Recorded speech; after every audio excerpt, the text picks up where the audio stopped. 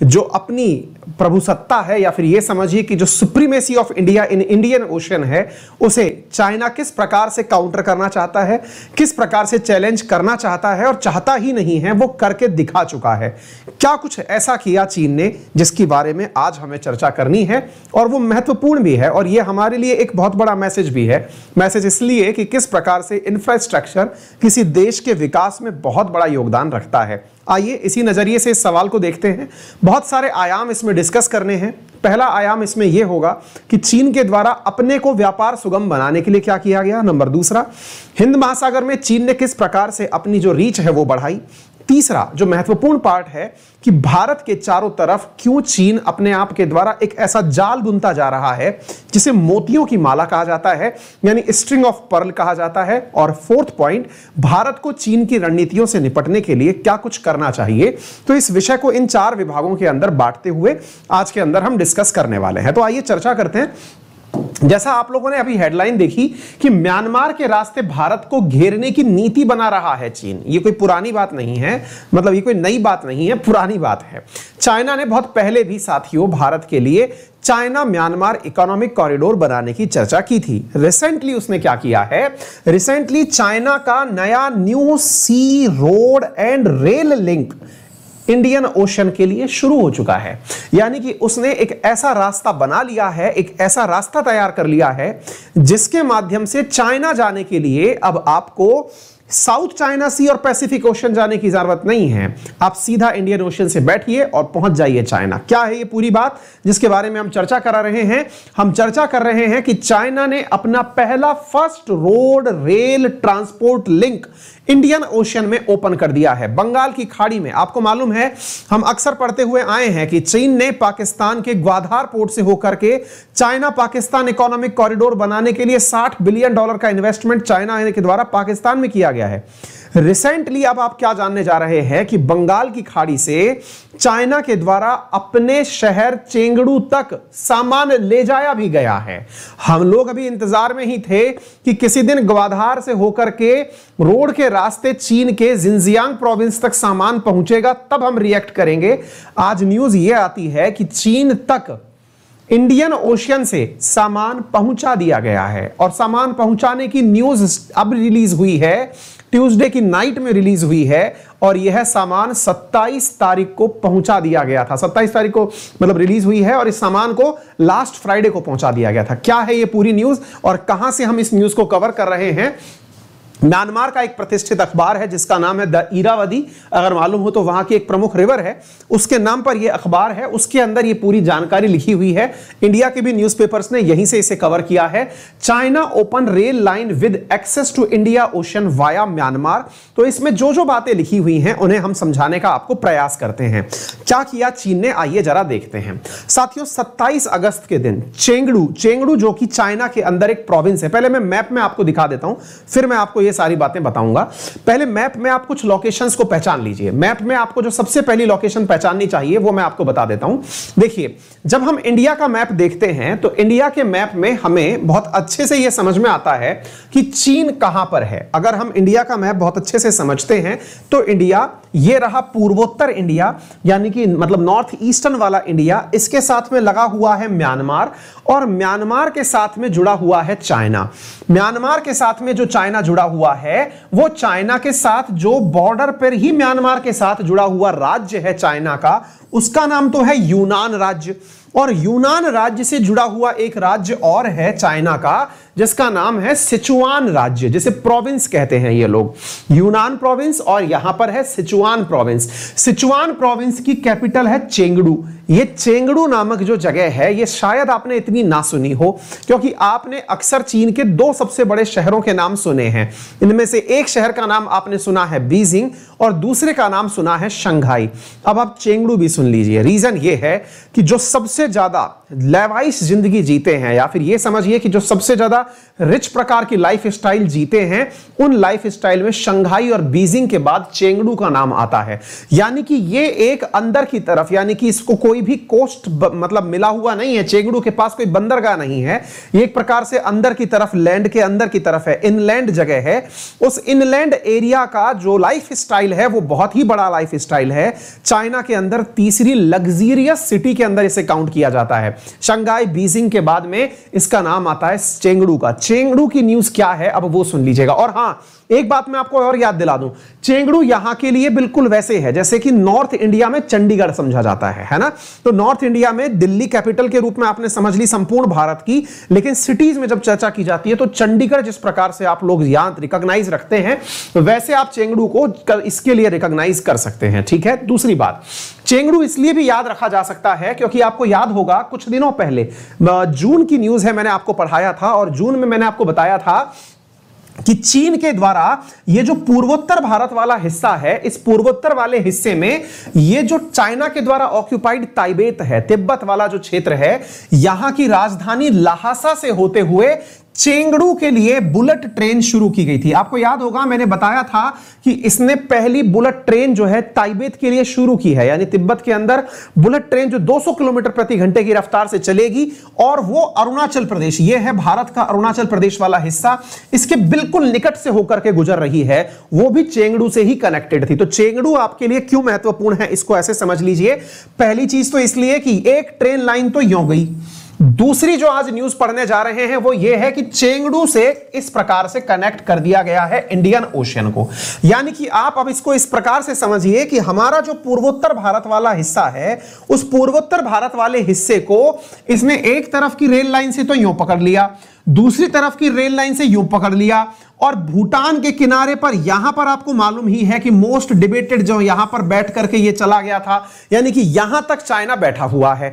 यानी पूर्वोत्तर भारत के चारों तरफ आप देखिए इसने किस प्रकार से रणनीतिक रूप से भारत को चारों तरफ से, मतलब तीन तरफ से घेर लिया है। फिर से मैं आपको बताना चाहूंगा, ये पूर्वोत्तर भारत में भूटान के पास में आपको याद होगा कि यहां पर चाइना की प्रेजेंस है। आप बता दीजिए, शायद आपको याद हो डोकलाम विवाद।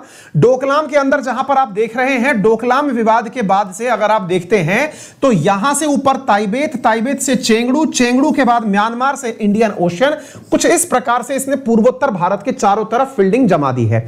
अब क्या है न्यूज, जरा वो सुन लीजिए। मैप के माध्यम से मैं आपको एक बात बताना चाहता हूं। बात यह है कि म्यांमार से होकर के चेंगडू के लिए चाइना ने हाल ही में, म्यांमार से होते हुए चेंगडू के लिए हाल ही में चाइना ने साथियों अपनी एक नई ट्रेन रेल लिंक शुरू की है। उसे मैप के माध्यम से कुछ ऐसे समझिए साथियों। चाइना ने म्यांमार के अंदर एक जगह है जिसका नाम है यंगून। यंगून नामक स्थान से अपने चेंगडू तक सामान भिजवाया है। सामान कहां से कहां तक गया है तो इधर सुनिए, यह रहा अपना भारत, भारत के साथ में म्यांमार का बॉर्डर कनेक्टेड है। म्यांमार के लिए इस यंगून से होकर के लिंकांग, ये इसका बॉर्डर सिटी है, किसका, चाइना का, और लिंकांग से होते हुए चेंगडू। कुछ इस प्रकार से इसने अपने यहां पर सामान पहुंचवाया है। सामान आया कहां से था तो साथियों, सामान इसके पास आया कहां से वो जानिए। ये स्ट्रेट ऑफ मलक्का है। अगर आप रिकॉग्नाइज कर रहे हैं तो म्यांमार के सामने की तरफ जो इंडियन ओशियन का हिस्सा है, यह बंगाल की खाड़ी है। यह रही बंगाल की खाड़ी, जिसे आप यहां पे समझ सकते हैं। जिस यंगून को आप यहां देख रहे हैं, इस यंगून को आप यहां भी देख सकते हैं। यह रही यंगून के अंदर ये लोकेशन, ठीक है। तो ये वाली जगह और ये वाली जगह दोनों को आप एक प्रकार से मैच कर लीजिए। यंगून से नीचे की तरफ आप देखते हैं तो आपको यह दिखाई देता है अंडमान और निकोबार। आप अंडमान निकोबार को रिकॉग्नाइज करिए, शायद आप पहचान जाएं। अब अंडमान निकोबार को रिकॉग्नाइज करने के बाद में आप यंगून से होते हुए यहां पर एक रास्ता देखते हैं जिसे हम कहते हैं स्ट्रेट ऑफ मलक्का। इस जगह का नाम क्या है, स्ट्रेट ऑफ मलक्का। यह क्यों बताया जा रहा है, आपको मालूम होना चाहिए कि यदि कोई बंगाल की खाड़ी से चीन अब तक जाना चाहता था तो इसे स्ट्रेट ऑफ मलक्का के रास्ते होकर के ही निकलना पड़ता था। अभी चाइना ने क्या किया है, सिंगापुर से सामान उल्टा मंगवाया है। सिंगापुर से कहा है कि आपके यहां से सामान भिजवाइए। कहां भिजवाइए, चेंगडू तक। भिजवाने का रूट क्या रखा है जरा देखिए। तो साथियों, इसने किया क्या है, सिंगापुर से पानी के जहाज में, मतलब अपने वैगन्स रख करके यहां से भिजवाए गए हैं यंगून तक। यानी कि इस रास्ते तक तो इसने जो सामान भिजवाया, ये तो भिजवाया समुद्र के माध्यम से। समुद्र के माध्यम से यंगून तक आए, यंगून से लेकर के लिंकांग तक, लिंकांग तक जो सामान पहुंचाया ये पहुंचाया रोड के माध्यम से। किसके माध्यम से पहुंचाया? रोड के माध्यम से। और लिंकांग से होकर के जो चेंगडू है यहां तक सामान पहुंचाया ट्रेन के माध्यम से। किसके माध्यम से? ट्रेन के माध्यम से। अगर आपने ये तीनों चीजें नोटिस करी तो ये अपने आप में चीन के चेंगडू तक पहुंचने के लिए इस बंगाल की खाड़ी से सामान को चेंगडू पहुंचाया गया है। किस चीज को बाईपास कर दिया? अब आप इसको समझने का प्रयास करिए, इसने अल्टीमेटली किस चीज को बाईपास कर दिया? असल में अभी तक अगर किसी को चेंगडू जाना होता था, मान लीजिए यहां पर आपको चेंगडू जाना है, तो जाने के लिए आप बंगाल की खाड़ी से strait of Malacca, South China Sea, फिर यहां से होते हुए साउथ चाइना सी से निकल करके आप यहां से होते हुए साउथ चाइना सी से निकल करके फिर चेंगडू जाते थे। इसने रास्ता उलट दिया है। इसने क्या कर दिया? सीधा सामान यहीं से यहां टिका दिया। इसने इस प्रकार से यात्रा को आसान कर दिया है खुद के लिए। अब इसका मीनिंग क्या है? इसका मीनिंग यह है कि इसने एक अल्टरनेट रूट पैदा कर दिया। अब तक अगर चाइना को अपने यहां सामान ले जाना होता था तो स्ट्रेट ऑफ मलक्का के ऊपर निर्भर रहना पड़ता था। उसने स्ट्रेट ऑफ मलक्का पर निर्भरता को खत्म करते हुए इंडियन ओशियन से सीधा सामान अपने यहां पहुंचा दिया है। यह परिकल्पना नहीं है, यानी कि यह न्यूज आप जो सुन रहे हैं यह कोई प्लानिंग का हिस्सा नहीं है, यह हो चुका है। कहां हो चुका है? तो ये आप न्यूज देख लीजिए। ये मैं आपको चलती हुई बकायदा ट्रेन दिखा देता हूं, ये आप देखिएगा। साथियों, चेंगडू जो कि सिंचुआई प्रोविंस के अंदर है, यहां पर ट्रेन के माध्यम से यंगून से लिंकांग, लिंकांग से चेंगडू समुद्र, रोड और रेल इंटरमीडियरी बनाकर सामान पहुंचा दिया गया है। ये ट्रेन आपको दिखाई दे रही है। ट्रेन के पीछे लगे हुए ये सामान के डब्बे आपको लगाई दिखाई दे रहे हैं। ये सारे के सारे कार्गो बोगीज हैं जो सामान को ले जा करके यंगून पोर्ट से और चेंगडू तक पहुंचा चुके हैं। ये वो ट्रेन है जो लास्ट वीक सामान डिलीवर कर चुकी है। साथियों, यहां पर जो लिंकांग नामक स्थान है वहां से चेंगडू तक पहुंचने में इस ट्रेन को 3 दिन का समय लगा। सामान्यतया अगर यंगून पोर्ट से होकर के सामान को पहुंचाया जाता था चेंगडू तक तो 20 से 22 दिन का समय लगता था। चाइना ने इस रास्ते को पलट दिया। सिंगापुर से म्यांमार सामान मंगवाकर यंगून पोर्ट से होते हुए लिंकांग के रास्ते ये चेंगडू तक सामान को ले जा चुका है। ये ट्रेन की बोगियां हैं, यही वो ट्रेन है जो सामान को लेकर के गई है। और साथियों, 20 से 22 दिन की जो जर्नी है, इस 20 से 22 दिन की जर्नी को इन्होंने 1/3 दिनों के अंदर कन्वर्ट कर दिया है, सामान को पहुंचा दिया है। यानी कि हमें अब यह समझना होगा कि चीन के द्वारा किस प्रकार से जो अपनी बेल्ट एंड रोड इनिशिएटिव के माध्यम से जो वो दुनिया के अंदर हर क्षेत्र तक अपनी रीच बनाना चाहता है, इसके लिए इसने जो लॉजिस्टिक का जो जरिया ढूंढा वो इंडियन ओशियन के अंदर स्ट्रेट ऑफ मलक्का पर अपनी डिपेंडेंसी को खत्म करते हुए इसने सीधा रूट निकाल दिया और चेंगडू तक लेकर पहुंच गया है। उम्मीद है आप लोगों को यह बात बेहतरीन तरीके से समझ में आ गई होगी। ये चेंगडू के स्टेशन पर ट्रेन पहुंच चुकी है। आप देख सकते हैं कि चेंगडू में किस प्रकार से यह पूरा की पूरा इलाका बना हुआ है, यहां पर किस प्रकार से लॉजिस्टिक हब बना हुआ है, शायद आप समझ जाएं। कहने का अर्थ यह हुआ साथियों, चाइना ने कहने से पहले करके दिखा दिया है। दुनिया इंतजार क्या कर रही थी वो सुनिए। दुनिया इंतजार यह कर रही थी कि चाइना के द्वारा क्यांगफू नामक जो स्थान है जो म्यांमार के अंदर है, वहां से होकर के मांडले और मांडले से होकर के कनमिंग तक रोड ले जाया जाएगा, जिसे हमने चाइना म्यांमार इकोनॉमिक कॉरिडोर नाम दे रखा था। आपको मालूम होना चाहिए, अक्सर जब भी बातें हुई हैं, आज तक बातें यह हुई कि चाइना के द्वारा म्यांमार से होकर के एक रूट बनाया जाना प्रस्तावित है, जिसे पाकिस्तान के अंदर जो रूट है बिल्कुल उसी तरह से साथियों, हमारा बोर्ड कहां खो गया भाई, अब ये अपने आप जो रीबूट वगैरह ले लिया है, ये भी कंप्यूटर ही है, असल में कंप्यूटर की स्क्रीन है, ये बड़ी स्क्रीन है 86 इंच की। अब ये रीस्टार्ट होगा तब तो कोई बात नहीं। सुनिए साथियों, तो चाइना से होकर के जो पाकिस्तान वाला रूट था पहले, जो जिंजियांग प्रोविंस से होकर के चाइना पाकिस्तान इकोनॉमिक कॉरिडोर बनाया हुआ था, बिल्कुल वैसे ही चाइना के रास्ते म्यांमार से होते हुए भी एक रूट एक्सपेक्टेड था। वो जो रूट एक्सपेक्टेड था उसका नाम दिया गया था चाइना म्यांमार इकोनॉमिक कॉरिडोर। साथियों, जो चाइना म्यांमार इकोनॉमिक कॉरिडोर नाम दिया गया था, ये चाइना म्यांमार इकोनॉमिक कॉरिडोर के अंदर हम इंतजार कर रहे थे कि क्यांगफू नामक स्थान पर जो चाइना के द्वारा बनाया जा रहा पोर्ट है, उस पोर्ट के रास्ते कभी चाइना अपना रास्ता बनाएगा। हम इस उम्मीद में थे कि कभी ना कभी तो ऐसा होगा कि चीन जो है वो एक प्रकार का रास्ता बनाएगा, और वो रास्ता बनाएगा क्यांगफू से होते हुए मांडले और फिर कनमिंग तक जाएगा। ये हमारी कभी एक्सपेक्टेशंस में था, हमने ये रूट कभी दिमाग में लिया ही नहीं था। क्या रूट? कि भैया ये सामान यांगून से होकर के मांडले सड़क से मंगवा लेगा और सड़क से होकर के कनमिंग तो छोड़िए ये आगे तक ले जाएगा। चेंगडू ये कर चुका है। साथियों, चीन के द्वारा ये जो कार्यक्रम किए जा रहे हैं, असल में ये सारे के सारे कार्यक्रम इसके बेल्ट एंड रोड इनिशिएटिव के तहत आते हैं। बेल्ट एंड रोड इनिशिएटिव क्या है? ये चाहता है कि दुनिया के जितने भी व्यापारिक केंद्र हैं वहां पर इसकी जो पहुंच है या तो सी रूट के माध्यम से या रेल और रोड के माध्यम से हो जाए। चाइना को मालूम है कि इंडिया का इंडियन ओशन में वर्चस्व बहुत ज्यादा है, और इंडिया के इंडियन ओशन में उपस्थित वर्चस्व को काउंटर करने के लिए चीन के पास जो विकल्प है वो ये है कि वो इंडियन ओशियन से आने वाले सामान को कभी रुकने ना दे। इसके लिए इसने अल्टरनेट बनाए, और अल्टरनेट में इसने अल्टरनेट जो बनाया वो बंगाल की खाड़ी से होते हुए चेंगडू का रूट तो आप सबने सुना ही है, और अरब सागर से होकर चाइना पाकिस्तान इकोनॉमिक कॉरिडोर काफी पुराना प्रचलित है। आपको मालूम होना चाहिए कि चाइना जिस प्रकार से भारत को घेरने की नीति बना रहा है वो सर्वविदित है। वो क्या कर रहा है आपको मालूम होना चाहिए। चाइना भारत को सब तरफ से घेरने के लिए कहीं ना कहीं अपनी लोकेशन क्रिएट करता जा रहा है। इसी को मतलब जो लोग हैं, इंटरनेशनली रिकॉग्नाइज्ड लोग हैं, वो स्ट्रिंग ऑफ पर्ल के नाम से जानते हैं। ये हमें एक मोतियों की माला पहना रहा है। अब देखिए, सिंगापुर से इसने म्यांमार को पकड़ा, म्यांमार के बाद में सिंगापुर यहां पे श्रीलंका के नीचे हम्बनटोटा पोर्ट को 99 ईयर के लिए खरीद लिया, 99 ईयर के लिए यहां पर खरीद लिया। इसके बाद में जो मालदीव्स है, मालदीव्स में इसने जबरदस्त रूप से इन्वेस्टमेंट कर रखे हैं। मालदीव्स के अंदर इसके इन्वेस्टमेंट आपको पता होने चाहिए।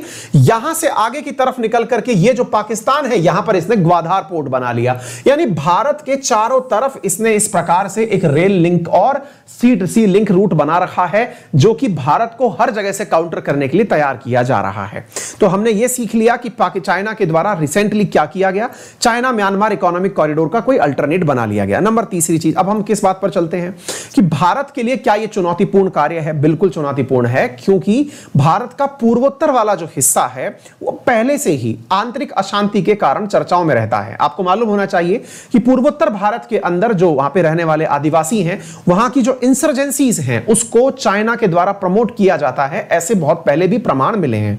यही कारण है कि वहां नागालैंड के अंदर रहने वाले लोग कई बार नागालिम की मांग कर लेते हैं, त्रिपुरा में रहने वाले लोग टिपरालैंड की मांग कर लेते हैं, बोडो के अंदर रहने वाले लोग, आसाम में रहने वाले लोग बोडोलैंड की मांग कर लेते हैं, आसाम के ही एक कार्बी एंगलोंग एरिया में रहने वाले लोग जो हैं वो अपने लिए एक अलग कार्बिनेशन की मांग कर लेते हैं। तो ये सारी चीजें वो हैं जो भारत के पूर्वोत्तर क्षेत्र के अंदर अस्थिरता बढ़ा सकती हैं, और ऐसी स्थिति में भारत को इस प्रकार के जो कार्य हैं, विशेष रूप से म्यांमार के अंदर चाइना को काउंटर करने के लिए अब भारत को देर नहीं करनी चाहिए। और क्या नहीं करना चाहिए और भारत को क्या करना चाहिए?